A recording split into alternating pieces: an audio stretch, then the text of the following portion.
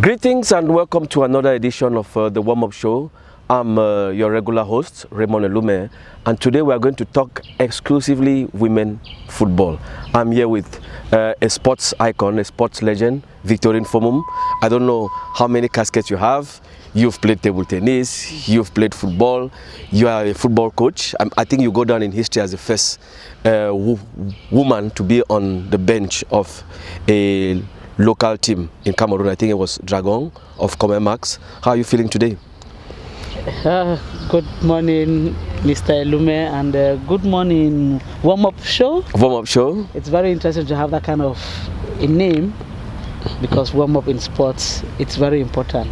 The moment you miss it, then nothing gets going. And I hope as you start this, it's going to be very important for subsequent other things that we'll be doing in sports because you're warming up every other aspect in all the sports disciplines. And coming back to the fact that I have been coaching or doing many things in sports, it's actually difficult to present me as he has said, but then any spheres that you call me and link me with, I'm comfortable with it. But now, globally speaking, I'm a global expert in sports.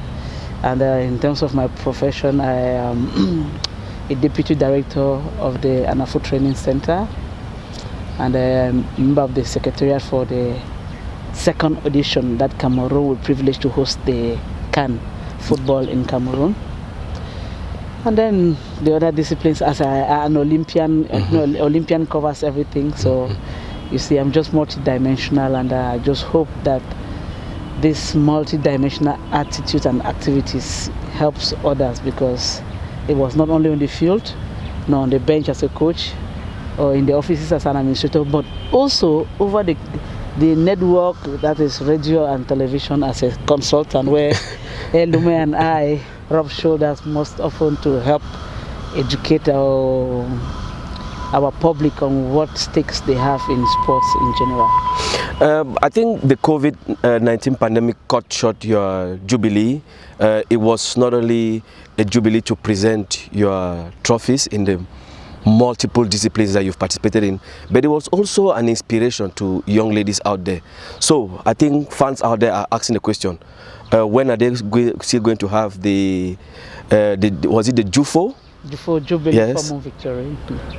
Yes, no, it is still in the making, and since COVID-19 disturbed not only Jubilee Fomum activities, but every other activity worldwide. And you know, sports is something that cuts across disciplines, and once you have the population to accompany your activities, it makes it more interesting. That is why football has been one of the disciplines that has been able to cut and watch people, cut people, high and low, politicians, religious people, everybody's into it because that populace, that reactions makes it really different.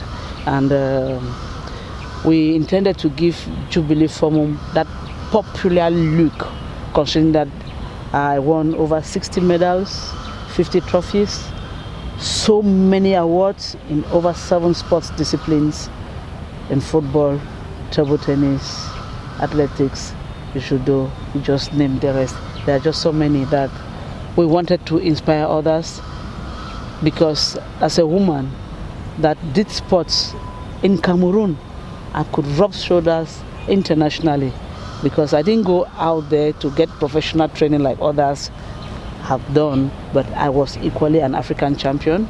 I could represent the country in the Olympics.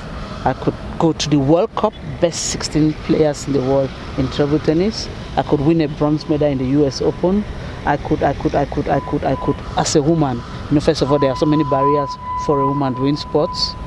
I could do that. And then going to school, today I have a doctorate in sports training and performance.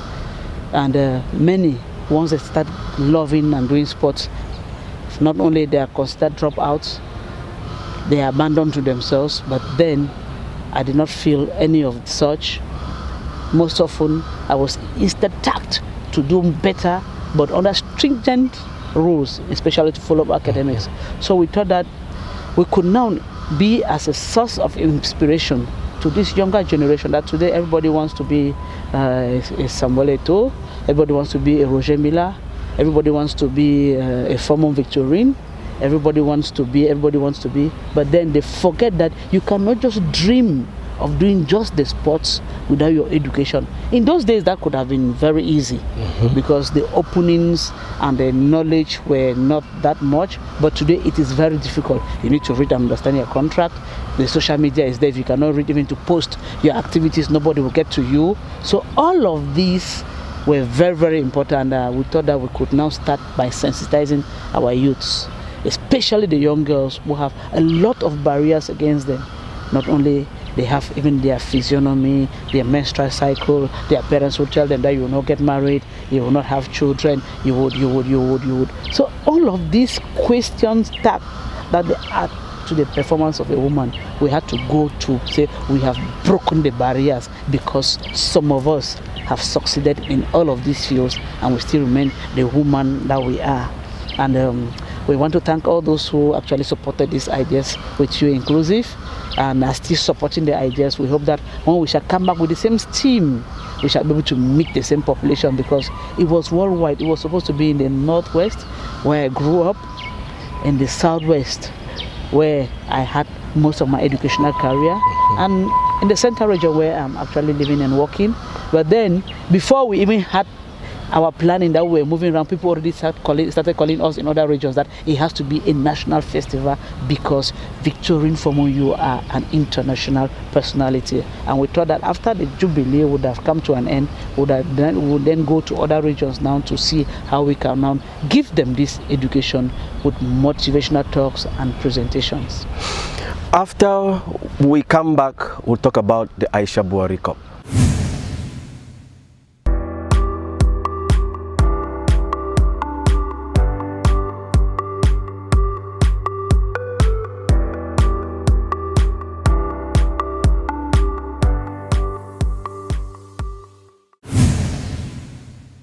So, we all know that the Cameroon female football team did not qualify for the Olympic Games. We were eliminated by Zambia in the final rounds, but we got a chance in the intercontinental playoff against Chile, which was played in Turkey in 2 legs, and we still could not qualify. But one of the issues which happened last year, 2020, after the COVID, was that the female AFCON or AWCON was suspended and pushed to 2022. So we have a goodwill lady, Aisha Buhari, wife of the head of state of Nigeria, who has organized the Aisha Buhari Cup. Cameroon is in Group B with Ghana, with South Africa. How do you think Cameroon's participation in such a cup with a new coach, Gabriel Zabo, how does it advance the plans of Cameroon qualifying for the AWCON in 2022? It's first of all, I need to encourage Madam, Her Excellency, wife of the President, just doing the goodwill things that our President, Madam Chantal Biya, is doing with the cycling tour in Cameroon.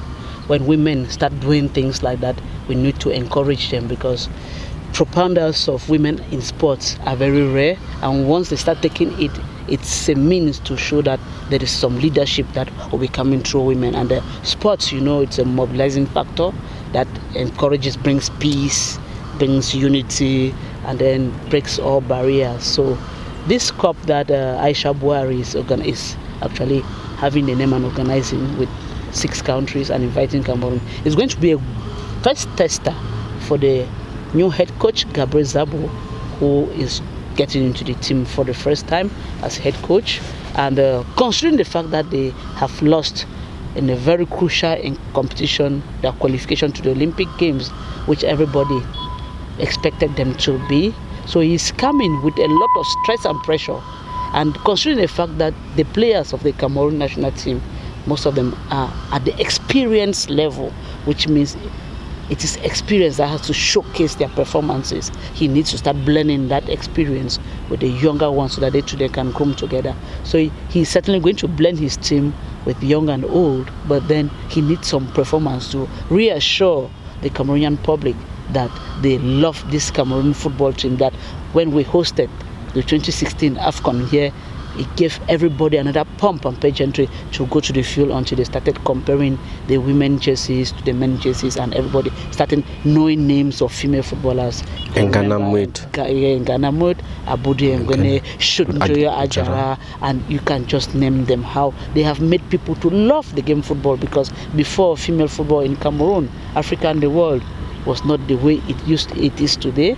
And the fact that Nigeria is hosting this competition, and you know, Nigeria had been a key figure in Africa, but once Cameroon started beating them, Ghana, they started dwindling. So this is reassurance for them too, to be able to say, we are hosting, we need to continue to maintain our supremacy. And then South Africa too, that has the likes of Gatland, as who was the best player, and the female coach too, Elise. They too want to showcase that in as much as we are technical at our base in training, we want to continue with performance to up there. And I think it's a very good competition for all the 6 countries that will be representing Africa. Succeeding Coach Enongacho has not been easy. He has been the longest serving coach in this national team. We've had Joseph Brian Doko, we've had Alan Jemfa, now we have Gabriel Zabo. I don't want to talk about the fact that we needed maybe a female as head coach. Maybe that would have been breaking the glass ceiling. But can we say that successively these coaches which have followed have not been able to reinvigorate the national team? Because the likes of Ngondom, Nganamud, this generation is certainly going to a close. But if we look at the Michaela Bivinas, the Tabe Brendas who are coming up today, can we be confident that they can carry the baton of their elder sisters? That's players like Nganamud, Chudjoya Jara. They can certainly carry and make even the changes, because all is a mindset, all is confidence. You just need to entrust confidence into these players, and they will give you the results. But as you say, I have this worry too, that in as much when you look at a woman like Anon Bernadette, who has been assistant coach for Enongacho, Fondoko, Alenjefa, I thought this was to be the time that women would take up the mantle to lead. Zabo would have come an assistant to assist Anon Bernadette. I still think that women who have competence and have worked for long, gain experience. She has been an African player. She has been a former player. She has been so why can't she now take that battle? Would learning for women never end? That is my worry. When will women stop? But the men will just from nowhere. It's okay. It's like this. It's like this. This is a time that we should give women. We have Domo Mike in the junior. We just hope that in the days ahead, we shall have women, not only in football, that are leading other national teams who have the competence and have worked for them. And I know there are so many of them.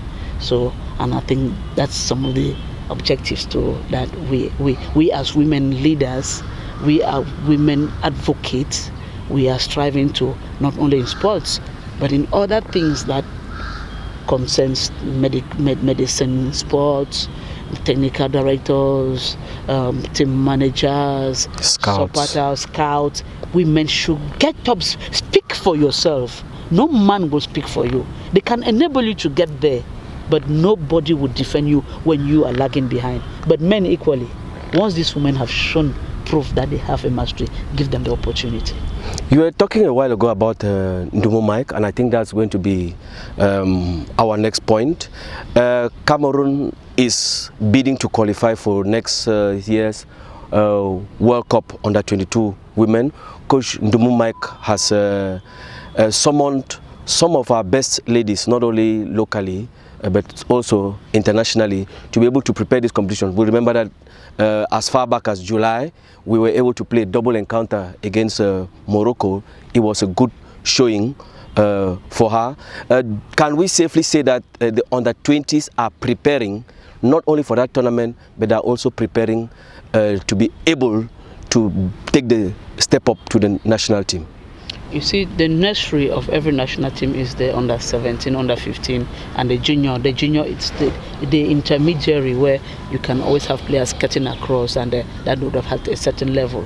And I want to first of all give my hat to Ndumo Mike for the work that she has. She has been very persistent and resistant in the coaching field, and today she has been graced to a senior coach selection. Team selection. Team selection, and we saw her touch in the friendly between Cameroon and Morocco, although it was not conclusive. The performance was not in favor of Cameroon, but I think as a beginner in that, she's going to do it, because even on the bench of FAP, she has made her name, and she knows these girls one-on-one, and the fact that her team has been moving around the nation play, so she has a good relationship with most of the coaches. So, and I think it is an opportunity for the coaches to come to her assistance and propose her good players that can help her make the results, because a victory for Ndomo, just like a victory for Gabriel Zabo, is a victory for all the female club promoters, all the female coaches who are actually seeing that female football does not die in Cameroon, because we have had a lot of steam, especially this year. Women were there, the second division, the first division. The national team for quite some time now has been constant. I use this opportunity to give kudos to the Ministry of Sports that has been following up the sporting activities of these various teams and ensuring that they are at the best. When we come back, we'll talk the Guinness Super League.